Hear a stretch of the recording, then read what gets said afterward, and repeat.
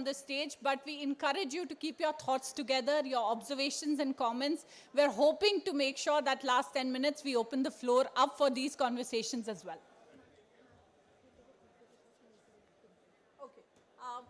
Can we request all our panelists to please stand up for a second for a group picture, and then we'll get into the conversation.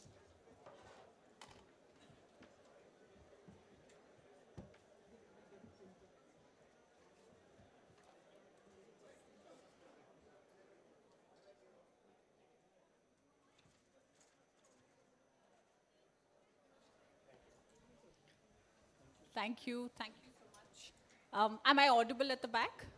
Thank you. Okay. Can I request Mr. Arvind Kumar, the Director General of Software Technology Parks of India, to please share with us his opening comments. The context that we set here is the government's largest incubator, seed funder.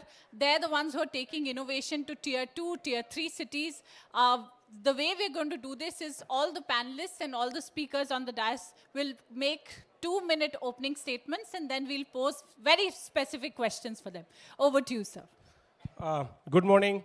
So those who are not familiar with STPI, just 2 minutes.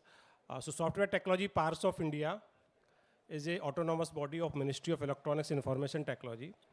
And we support more than 1,800 startups, tech startups in the country. And the best part is these all startups are from tier 2 and tier 3 cities. We have 70 centers across the country. Out of 70 centers, 62 centers are in tier 2, tier 3 cities.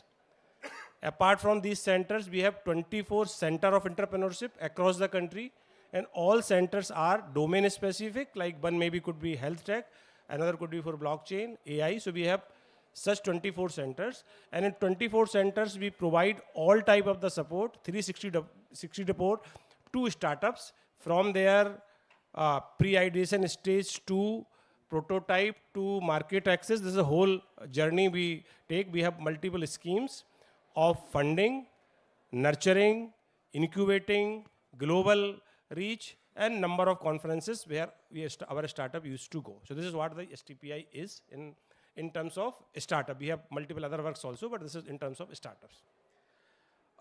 So now here topic is responsible and ethical AI. Out of 1,800 startup, initially there was only 2 centers dedicated to AI.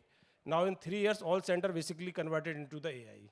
So you can't think any technology solution without AI. So it is our responsibility as STPI to ensure that whatever solution is being developed, whatever they are doing in their companies, it should be responsible, ethical, trusted, and safe.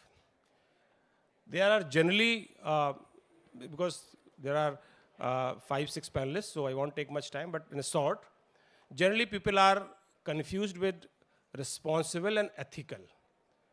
These two are different terms, though interconnected. When we say responsible and ethical, we used to call, there are 5 terms. We used to call it FAST P, so which is, one is fairness, and then S for security, T for transparency, P for privacy, and A for accountability. So fairness, accountability, security, transparency, and finally privacy. So these are the 5 terms. But when I say ethical AI is generally little larger term. It is an umbrella term. It is a more generic term, where CEO has the responsibility to look in the bigger things, which means whether this solution is going to affect environment negatively, whether this solution will have some disruption in the jobs. These are the bigger things which any CEO has to see when it comes to ethical AI. When it comes to responsible means when you are making any solution, it should be fair, it should have fairness, which means it should not be biased towards any caste, religion, gender. When we say accountability, we must fix the accountability. Suppose tomorrow there is a driverless car, something mishappens on the road, then who is responsible? Whether the algorithm who has been developed, whether the scientist who has developed the algorithm, whether the company who has developed that car, whether the person who has purchased that car, who is responsible. So I think this accountability has to be fixed. These are the few terms. I will take questions. I think Subi is already in a hurry. Please continue. Thank you very much. Thank you so much, Arvindji. I don't think we could have had a better, yes, please give him a round of applause. We couldn't have asked for a better context setting. This is also the person you go to when you have a brilliant startup idea, when you're looking for space, when you're looking for a home for your idea. I'm so glad that we could have him, and it's a privilege having you with us on the panel. And it's a beautiful segue for me to come to Mr. Ravi Arora. Ravi Arora is the global lead for all multilateral conversations. He leads global public policy and government affairs for MasterCard. And we're so delighted that he decided to come all the way back from Spain, where he was on a flight. Ravi, I request you to make your opening statement in 2 minutes and also set the context why finance and what MasterCard is really doing. Please, over to you. Well, thank you very much, Subi, and a real pleasure to be here with such a very distinguished panel here. So thank you for having me. I think you certainly are a very trailblazer, and it's wonderful to really be on this very topical, and on day one of AI Summit, Impact Summit on responsible AI for Bharat. So as MasterCard, we've been in India for over 42 years now, and part of the digital transformation agenda of the country. And I think that as a committed partner in that digital transformation, it's really exciting to be here, I think today in Delhi, in India, as part of the world's most influential AI gathering. Now, when we talk about artificial intelligence, it has really crossed a structural threshold, because it's no longer a frontier technology in pilots and things like that. It is part of critical infrastructure, right? And then as AI systems are shaping, whether it is credit access, welfare delivery, healthcare triage, language translation, payments, public services, the question then becomes is whether AI is governable at scale, right? So, and when you talk about scale, it's only possible if there is underlying and underpinning of trust, because trust is what determines adoption, and adoption is what determines impact, right? So in that context, the AI for Bharat vision, I think, really represents something very distinctive, because India is positioning artificial intelligence, emphasizing population scale deployment, socio-economic relevance, and system-level resilience, right? Because a lot of it is about resilience that we're going to be talking about. So I think that impact-first orientation, what we are seeing in India, is really is very it's part of everyday life that we are using artificial intelligence. So when we talk about success and responsible AI in Bharat, it is not defined by absence of risk, but by the presence of resilience and accountability and transparency, right? So, and I think we have a lot of lived-in experiences here in India, which drive scale, diversity, inclusion, and it positions Bharat not only as an adopter of global norms, but as a co-author of the next chapter of global AI governance. So we look forward to the discussion ahead. Thank you. Thank you, Ravi. What a beautiful thought. I want to bring in Mr. Ankush Sabharwal, who's the founder and CEO of CoreOver.ai and Bharat GPT. A huge round of applause for Ankush. And he's actually the co-author of India's Dreams for giving us our own sovereign AI. Over to you, Ankush, please. So great to hear from Arvind sir and Ravi. So when I was in 20s, I used to think the young people are very smart, and why all the leaders are old age people. And now I'm 43, and I think even 20 years old people are smarter, and of course 50 plus years guys are smarter, and I'm the dumbest. So, but I think good thing about me is I keep learning, and that's why we are able to deliver something really great. I would have never imagined we would produce something where 1 billion plus users would use, because I never probably gave so much importance to my dreams and my visions. I was thinking, let's see where we can help society. And but I was smart enough to know if I help society, the society would help us build it. So I think, yeah, so the previous session was very interesting to become, AI users to AI creator. I urge everyone who is here, I think you can hear all of these, my Gyan or whatever on YouTube. Since you are here, today I met just outside the hall, founder of Automation Anywhere, Mahesh Shukla. I met him earlier, I follow him. So all the great minds are here, right? Just get inspired to be the creator. It's very easy now to become the creator. I always see AI users are three kind of users. One is the end users. You use YouTube. You use YouTube, by the way, is the best AI app. I was just telling in the previous session, right? You don't know you're using AI, but it's an AI. It tells you what you need. YouTube knows better than you yourself. You know about yourself, right? So one is we become the user. We don't have to think. It will come to you through us. Knowingly or unknowingly, you will use it. The second is building the AI platforms. A few techies and PhDs would build it. If you are in that field, you do it. But it's very, very low-hanging and easy to create AI applications. Whatever field you are in, just understand your domain well. So forget about the noise, FOMO, chaos. Go understand your domain first and then go very deep, see where are the gaps, where are the opportunities. Now see where you fit your AI in to achieve your purpose, not some India AI's purpose, or not you have to prove India is the best. We would be best, we are the best in many aspects. Or let's not get into that race. You see how you can be better in your own field. And we have all the tools, all the resources to make us win. Thank you. Thank you so much, Ankush. Very inspiring. And such an important takeaway. Let's go to the field. Let's get inspired. This is not just India's AI Impact Summit. We're talking about bringing the world. We're looking at global frameworks. Let's get down and get our hands dirty and look at putting our money where our mouth is, look at some very important questions on energy security, food security. I want to bring in one of the youngest and brightest voices in the room, Mr. Vivek Raj. He's the chairman and CEO of Panama Corporation. He has over 42,000 hectares under cultivation. He has about 6 global patents, and he's making sure that the next generation is fed on clean food, and he's working for all people, progress, and planet. Vivek, over to you, 2 minutes, and then we will come to our right. Yes. Hi, good morning. Good morning, everyone. Could you hold the mic a little closer? Thank you. Hi. Hi.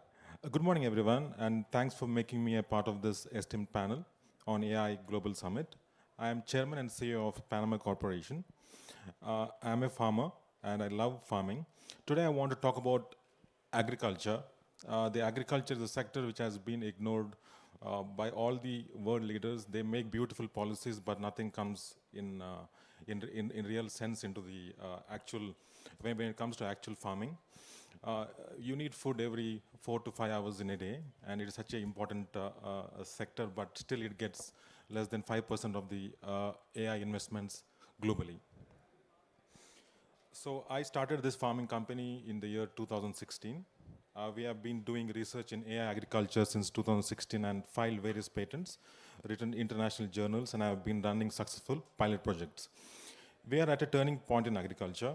For the last decade, vertical farming has focused primarily on optimizing photosynthesis, maximizing plant growth through red and blue LED lighting, controlling nutrients, and climate precision.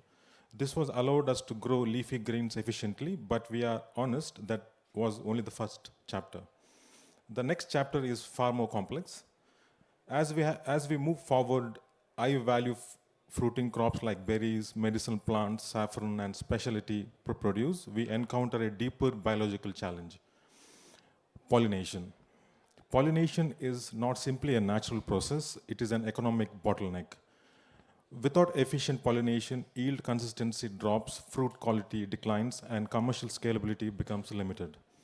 This is what Panama Corp, under its subsidiary Panama IROX, has done successful pilot projects and filed patents. Recent innovations such as controlled airflow-based pollination systems being developed in advanced research environments demonstrate that we must move forward much beyond traditional thinking. Instead of importing bees or deploying robotics alone, we must engineer ecosystems. Artificial intelligence now allows us to model microclimates, simulate environmental cues, regulate airflow patterns, and measure plant response in real time. AI is no longer just optimizing growth. It is beginning to replicate biological systems inside controlled environments. At Panama HydroX, we believe the future of indoor farming is not about growing plants. It is about designing intelligent ecosystems where light spectrum engineering, airflow precision, sensor networks, and AI-driven climate control work together to enable natural, biological, functional indoor farming. This is evolution of agriculture from controlled environment farming to controlled ecosystem engineering. Thank you. Thank you so much, Vic. What an amazing journey. We're really hoping for great things to come. And of course, it matters because we need it every 4 hours. Thank you for sharing. With that, I come to Professor Nitin Saxena. He's the head of the Wadhwani School of AI and Intelligent Systems at IIT Kanpur. I come from Uttar Pradesh. I was born in Lucknow. If we were a country, we'd be the 5th largest country in the world. We understand the value of opportunity of bridging conversations between academia and industry. Take it away, Nitin. Yeah, hello. Thank you for this opportunity to be here. And I thank all the audience who are sitting and especially the ones who are standing here. So many good points have been made. I'll just be quick about the points which are still missing. So since I come from academia and I'm the dean of a new school in IITK. So one confusion that policy makers usually have is that India should be doing research in AI more and more. And through research, good things will happen. That is not quite true in this new world, in this new area of AI, because so traditional research is not enough. So what actually is needed is slightly different, and others have basically said that the mindset which is required is the mindset of a startup. So it's not that you hire more professors and you hire more PhD students and you form a group that will do research, but what is actually needed is each professor's lab should have the mentality of a startup. So which means many things, which means that it should be a dynamic group. It should look at the utility of the research. It should look at a profit model. So whatever is happening, whatever is being created, there should be a client for it. And there should be a agency, government agency or a client who is willing to pay for it. So that mentality is actually very different from what Indian universities currently have, or traditionally what they have had. So we have been moving in that direction. We have been making some changes in ITK, and we have been trying to bring this startup spirit in AI research, because without that, whatever promises are being made, they cannot be fulfilled. So AI research is not really fundamental research. It's something more to do with, as was also pointed out in other panel comments, that it is to do with identifying problems in your core area and see whether AI can be used to get more insight. And while you do it, you have to be aware that the intelligence of AI is inherently jagged, which means that it will make mistakes and it will not have guarantees. So this is not a guaranteed tech. It's a tech which is statistical. So sometimes it fails, many times it works, but when it fails, you actually don't know why it fails. And when it works because you are being lucky. So it has that jagged behavior, which is why you cannot use it to actually run autonomously cars and especially planes or do medical treatment. So there has to be somebody who is an expert and who takes responsibility for this. So this is very important. And in the setting of India, another thing which is important is that it has to be frugal so that people can actually use it. It should be utilitarian, it should be frugal. And so with this startup mentality in universities, what we are moving towards, I think, is like PhDs and MTech theses, they should be now awarded based on products. So instead of just publications and research, it should more be, at least there should be an option of awarding them based on products. Thank you. So I think my time is up. Thank you. No, I think you've left so much for us to think about and opened up new frameworks. Please give him a round of applause.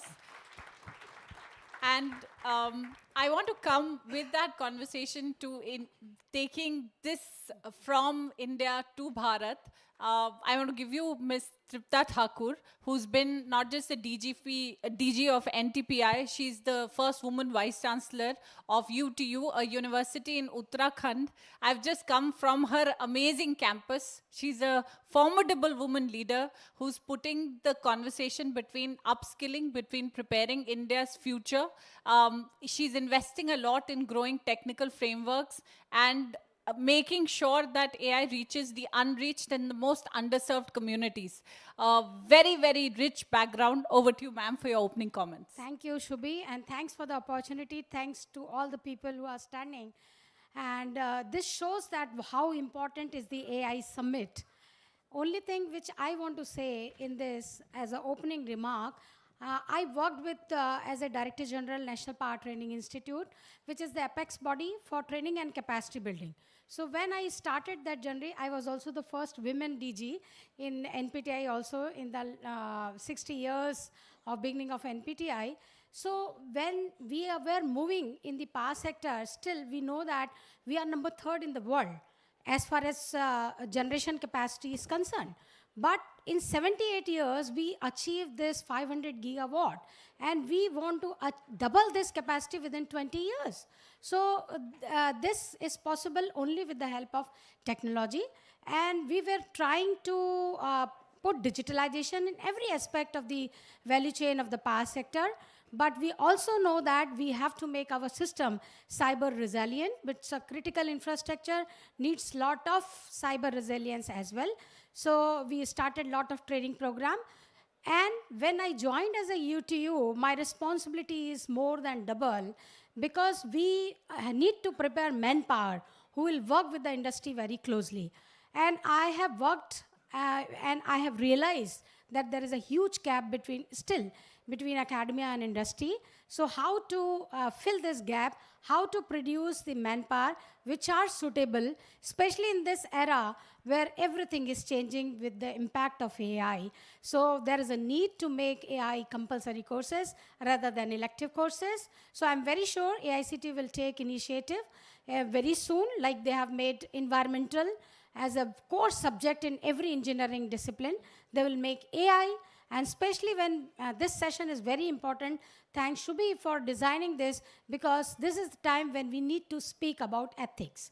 And this ethics responsibility shall begin with the students who have entered into engineering field. So a lot of challenges, and I'm very sure that with this kind of environment where we are in, Bharat is not taking technology which is 20 years old. It is working, developing, training, reskilling at the right time when everyone is participating in this.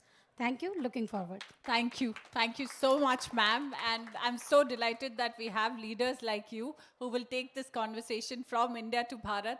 I'm very, very hopeful that when policy, academia, government, its intent, it is action which is working in cohesion to make sure magic happens, and that's what we're solving towards, which brings us to a very, very important stakeholder. Dr. Arvind Kumar, India needs not just AI models, but AI ecosystems. You know, with your experience as the Director General of STPI, Software Technology Parks of India, you've also been on the other side of the table as a regulator with TRAI, which is the Telecom Authority of India. And telecom's journey in India has been incredible. How do you see this ecosystem? What is it that you're doing at STPI? What is it that you see happening in the corridors of power? How is it that India is solving for things differently? Over to you, please. Thank you, Suvi. If you see the whole, maybe last 500 years, there are 3 big revolutions. First revolution came in the form of electricity. Ease the life. Second came in the form of internet. Information symmetry, accessible, inclusive growth. And third, this revolution is in terms of AI. The difference is here now, government is all with you. I mean, first time, otherwise generally you leave any new technology to the companies, let them work, private companies job, it IIT's job, it is this job. But now first time, government is with all innovators. We have created the AI mission, which is supporting all pillars of the AI. Whether it is you need compute, you need some support for developing application, you need support for LLMs, you need support for foundation model, you need support for creating wrappers. Every support is being provided by the government. In fact, government, this model of democratizing compute facility is a unique to India, and many country wants to copy it. But they want how you are able to do it. We are providing more than 38,000 GPU for the innovators for at very, very subsidized rate to our country. I mean, this is one big thing which we are going to do. Similarly, we are providing full support to LLM models, like Bharat GPT is one of them, and then foundation model we are supporting. So government is all with innovators, providing all types of the support. All layers are being supported in this, and then a lot of startup is also working. In fact, AI is not something which is new. I did my engineering 30 years back. At that time, there was a paper on AI. In fact, if I remember, when I appeared in the engineering services, the question was short comment on AI. But but what is new now is that now we have a lot of data. At that time, we were just talking about the AI, neural network, this network, that was theory. We were not able to understand because we can't feel it. Now we can feel it because we have a lot of data. And the biggest advantage of India is that we have 1.4 billion. So this data of 1.4 billion now is this opportune time to capitalize it. So you need three things for AI. One is compute facility, another is data, and third is algorithms, which is your logical thinking. I think we always been good in logical thinking. When this Y2K problem came, we have developed such a big IT industry. Today we have more than 200 billion US dollar export from ITS services. So we are not like Western world where you create a model, 3 years you take to create a model, then you solve it. We directly solve it. This kind of the capability we have. So this is the right time. This is the right time for India to lead the world from the front when it comes to AI. Thank you so much, Arvindji. We're so happy that we're in very, very safe hands, and we've got the full might of the government backing our dreams and aspirations. With that, I come to you, Ravi. Ravi, you have a global charter. You look at different geographies. You look at how things are happening across the world. Trust in AI isn't just a policy goal. It's a technical and operational requirement for global networks to function. It is also stability in policy that ensures that we get investments in a country. For a platform like MasterCard, which operates at the intersection of billions of transactions, how do you practically embed responsible AI into your core at MasterCard and products as well as processes, and what's the message for people building in India? Great. Well, thank you very much. Thank you very much, Phoebe. So as you mentioned, MasterCard, we are a payments technology company, right? Now, we are operating in over 210 countries, territories. We process over 180 billion transactions every year, right? And in 150 different currencies around the world. Every day, every single minute, transactions are taking place, right? And for all of that to happen, the underlying imperative is trust, because you have to trust the mechanism of payments. Today, digital have transformed our country, here India also, tremendously, and taken a big leap forward, right? So the underpinning is trust. And then I think, like for us, I think, AI, when I look at it, is something I think before it became really a very, very big buzz. For us, it has been foundational, probably over the last 2 to 3 decades, in and day out, from fraud solutions, technology that we embed, day to day, right? Because at the end of the day, how do we leverage and harness these models in order for betterment of society, right? How do we get small leasehold farmers better access to products and solutions and services, better data, right, and better pricing for their product? How do we unlock for women entrepreneurs? How do we make sure that we are talking not only about inclusion or financial inclusion, we are talking about financial health, because financial health is what is important. Inclusion means you get somebody into the fold. Health only comes when there is resilience and longer-term sustainability, and there is a repeat factor involved. And we want SMEs to be healthy. We want SMEs to be able to plug into global supply chains, from every part of the country. All of that requires, us, when we embed AI, it is not aspirational, it is very operational in day-to-day what we do, and it's responsible AI. So, and we are governed by a very very stringent set of governance and tech principles. As I was driving in this morning and looking at all of the big posters with Honorable Prime Minister's messages around AI and the summit, everything that I think we take as foundational in terms of our principles resonated with me, right? Because we talk about what is responsible, what is needed as we build products and solutions and services is there needs to be security and privacy, right? Best-in-class security, trust and transparency. How do we collect your data? How do we share data? We firmly believe at MasterCard that you own your data. You're responsible for how you have the right to say how it should be used. Our job is to protect it, right? And there needs to be accountability when we are talking about AI. There needs to be a robust governance program with proper controls. We have to minimize bias. There needs to be fairness. It needs to be a human-centric design. These are core principles that at MasterCard, when we talk about inclusivity by design, and there needs to be social impact. Because how do we take data and technology to make a positive impact to communities? So that is really what we are focused on at MasterCard, and how in every product, service, solution that our teams are working on, we make sure that it is all responsible and ethical AI. And I think what we see as the big opportunity going forward is this intersection about between public and private, right? That dialogue and harmonization is needed in terms of standards, regulatory harmonization. So where inclusion and innovation kind of reinforce each other rather than competing with each other. Thank you. Thank you so much, Ravi. And I'm so glad that the financial architecture is absolutely safe.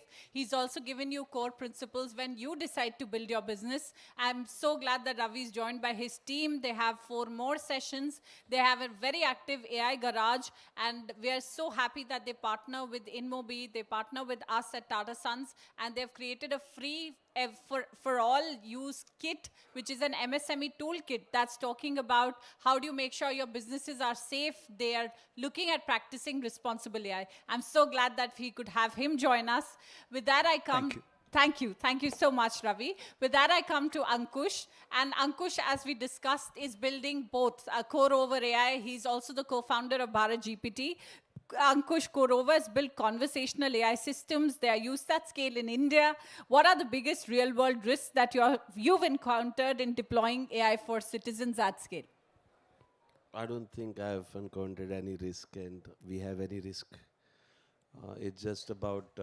I think the current risk is not being defocused, not having FOMO, not being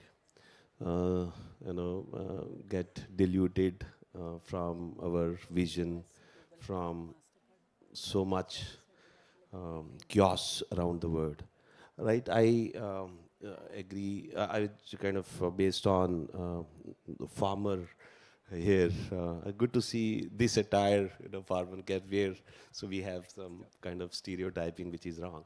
See, I think if you see, I think agriculture is one of the oldest field sector. I'm not sure that they're called as industry or not. It's just one of the oldest sector, isn't it, from mankind? Maybe hunting and all that never became the sector, but agriculture was one of the early revolutions, I would say, right? So now if you think, did we solve all the problem of agriculture? Did we solve, because that is core, right? These many things are secondary, travel, entertainment, maybe education also, maybe healthcare also, if we believe in God, time aayega chale jayenge, right? So I think food is important, right?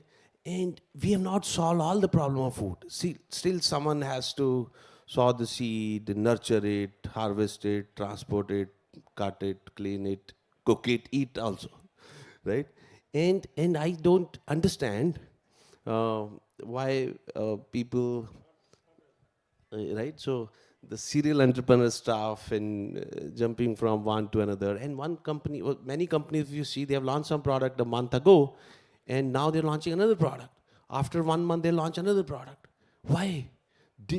Whatever you launched 3 months ago, so has that been scaled? Has that been perfected? Has that created an impact?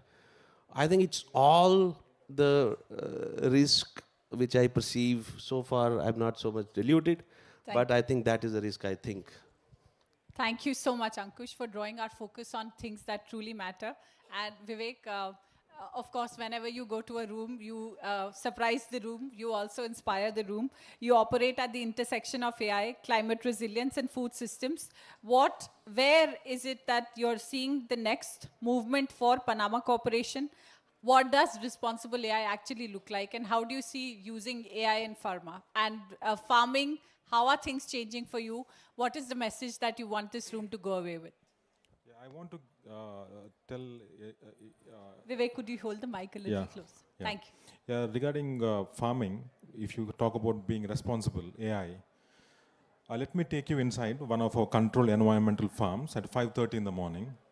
There is no sunrise inside, no soil, no changing weather, just rows of vertical crops growing under calibrated light.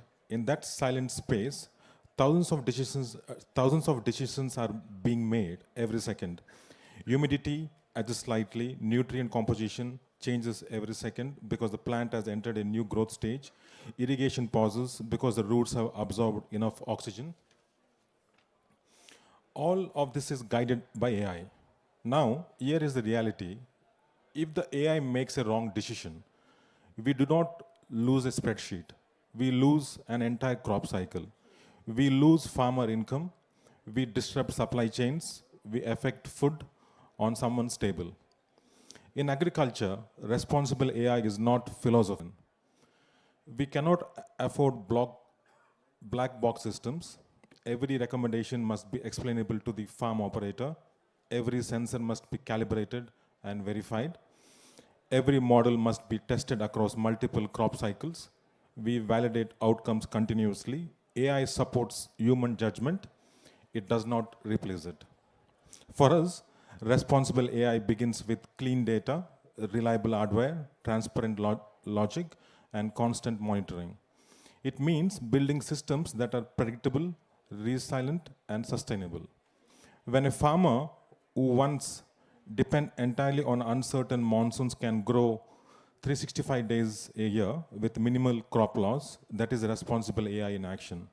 It is not about compliance alone. It is about food security, climate resilience, and economic stability. On our farms, responsibility means ensuring that on any given day, families can depend on safe and consistent food. Thank you. Thank you so much, Vivek. It firmly puts a spotlight on what are the issues at stake, where the risks are, and what is it that we're really solving for. A very deeply humbling moment. With that, I come to you, Tripta ji, as someone who's worked deeply in power systems and smart grids. How do you see AI changing critical infrastructure? What does responsible deployment mean in such a high-risk sector? And how do you see that translating into education and learning training too? Thank you. Very apt question. We all know that how critical infrastructure, especially power, is very important. But we have seen that with this technology, AI penetration, our grid is changing. It is becoming smart. And instead of becoming deterministic, it is predictive.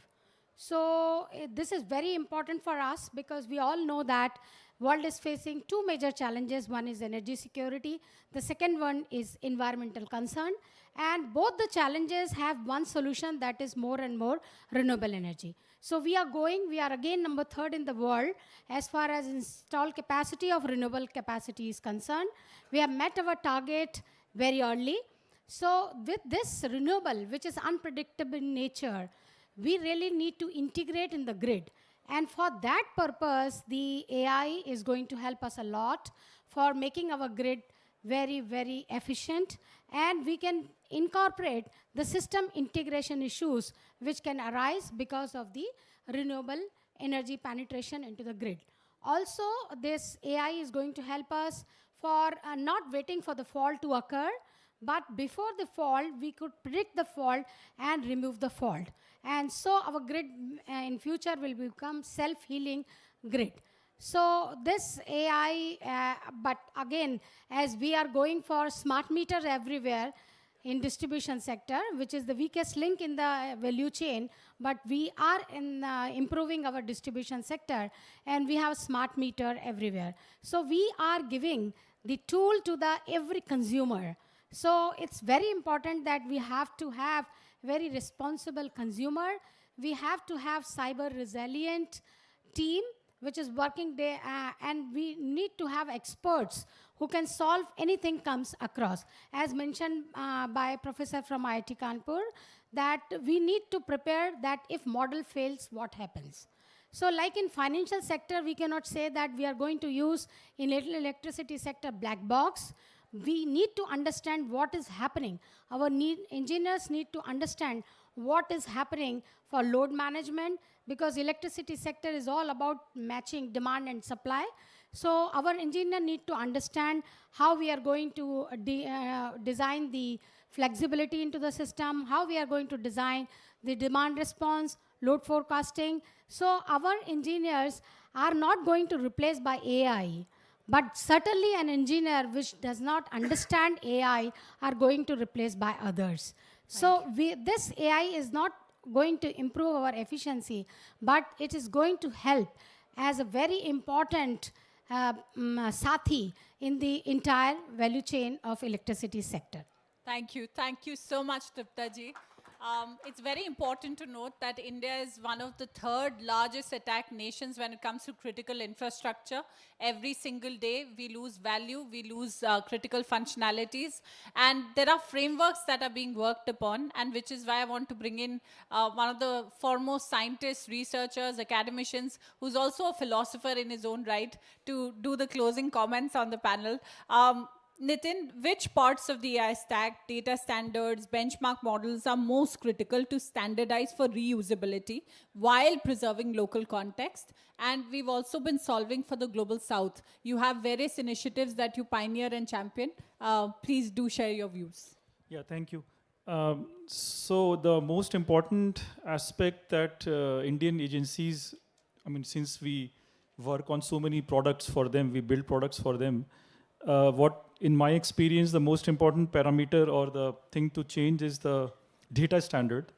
So data, since not all the state governments, local bodies, even central government ministries and departments, since they are not completely digitized, most of the time what we see is, since the digitization is not complete or it's not very advanced, just shifting directly to AI tools is not easy. It is actually impossible. It doesn't give any further efficiency. So data standard is very important. If a department or if your organization wants to use AI, the only way, I mean, first of all, it is not clear whether AI will help you. So you have to first understand whether it is going to improve your profit margins, your cash flow. So because the measure of your, basically whether AI will help you has to be decided in a utilitarian way. It is not for, it should not be a status symbol that you are using AI, but it should be on actual grounds. So for that, data standard is very important. And the other thing is that for the AI algorithm itself or AI tools itself, they get better only when there is enough data. So it is not just that you want to use it, but it's also that AI want to AI is very data hungry. So for example, ChatGPT magic, so when the model is trained, that magic starts happening only when it has seen around 100 billion to 1 trillion words. So at 1 billion, 10 billion, 100 billion, magic is not there. The magic only happens when it goes beyond 100 billion words of training. So something happens there. The architecture is very big. It has 1 trillion parameters, and those parameters actually, at that point, they learn enough so that they can surprise you. So you can ask, you can give any prompt, and it gives you answers which are surprisingly intelligent. So that magic can be achieved only when the data is enough, and there is a standard, and when the training is enough, and then you have to validate it. Do I have more time, or? That's it. I think that does it. Okay, thank you. Yes, Ravi? Sure, sure. I think, you mentioned about Global South, and, I think one of the things that comes to my mind is that, the whole India's AI for Bharat vision, it is, kind of reframing responsible AI away from abstract principles to a very infrastructure-led deployment, right? And I think that positions India to lead by demonstration rather than regulation export, And I think what India is showing that instead of prescribing rules up front, India is showing how trust, safety, accountability can be embedded into real-world systems which are handling billions of transactions, right? So many global South countries are facing very similar constraints because their large population, limited regulatory capacity, linguistic diversity, right? And this approach is more replicable, what is happening in India than an EU-style, kind of regulatory density or US-style market-led governance. So I think in multilateral forums, what we are seeing is that the India model is increasingly bridging this gap between the global north and the developing country realities. And I think that, it is offering a very pragmatic way forward in terms of governance. And I think obviously, all of these principles that we talked about in, that all the panelists have touched on are very foundational to how we'll continue to grow and scale. Thank you. Thank you so much, Ravi, for making my job easier. I want to thank this room first. I know a lot of you stood up, and that on a Monday morning tells you why this is such a pressing issue, why you showed up. I really want to thank all my panelists for enriching this conversation. And before you leave, what is really at stake? It's trust. If we do not trust, if we do not build trust. So while there are many, many countries that have solved for trust in manufacturing, they've created green channel corridors, what is India building which is so special? I'm not so worried about our products at scale. When 1.4 billion people decide to build something, there is nobody in the world that can stop us. What we're solving for is this conversation should not be concentrated in metros, in urban cities. And therefore, this is so important that you have such a diverse set of stakeholders in this room present. You have voices from academia. You have voices from someone who works with the World Bank, has trained young women, is creating a W Ahead program. You have a farmer who surprised all of you by telling you that the modern fields do not look like what they used to. They're silent rooms, and any little bit of tinkering is not just going to impact spreadsheets, it's going to impact real food on the table. You have somebody who's been at the foremost of regulation policy unlocks. As a policy professional, it is my dream to have someone who's like Arvindji. You know why that matters? You want someone with an open door. You have someone with whom you can brainstorm things. You want someone who can build capacity for you, and you want someone who puts public interest, public consultation at the heart of public policy, which is what is happening today at METI, at the India Air Mission. I don't think any of us would have been together in this room without Shri Abhishek Singh, without our formidable Prime Minister who loves technology, who understands technology like nobody's business, and our Secretary, Shri Krishnan, who's unlocking an entire ecosystem in manufacturing in India. You've got someone like Ravi who makes policy feel like music. He makes it smooth. He makes it so engaging that he's building a next generation of policy professionals. You've got a brilliant startup and ecosystem founder in Ankush, who's made sure that our aspirations are not limited to India. As a young 20-year-old, I'm not sure what was going on, but you managed to unlock talent. You managed to not give up. And I say this in particular reference because being an entrepreneur is a very lonely journey. You've got two of them from very different sectors who are telling you what's possible in India. And I'm so glad that we've got someone like Professor Nitin Saxena on the panel. Some of my most inspiring moments, insights have come from brilliant teachers. And in India, that's why I want to bring this conversation to a close towards a responsible AI framework. Knowledge has always been dialogic. You would ask a question and your teachers would give you answers, which is what is happening at IIT Kanpur, which is happening at his school, which is what is happening in the projects that India is inspiring. In our world, we like to say sunlight is the best form of disinfectant. When we ask for transparency and accountability, we do not ask for black boxes. We ask for explainable standards in AI. When we are looking for responsible AI, which is what this panel decided to bring for you today, we have time for one question.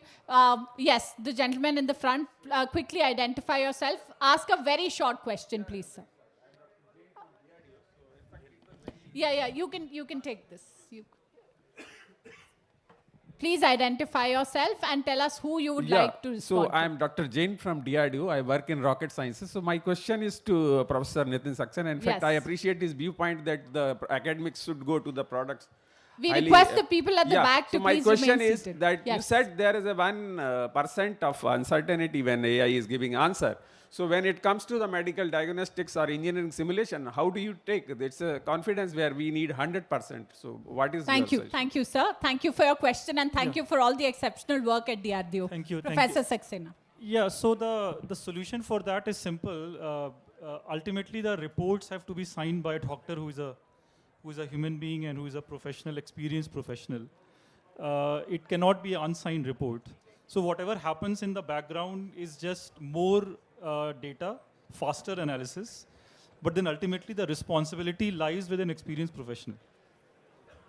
Thank you so much. I want the room to please give a huge round of applause to all our panelists and to yourselves for being so patient and for such an engaging audience. Yashvi, can I please ask you to do the honors? And may I request all our panelists to please step forward for a group picture? Thank you.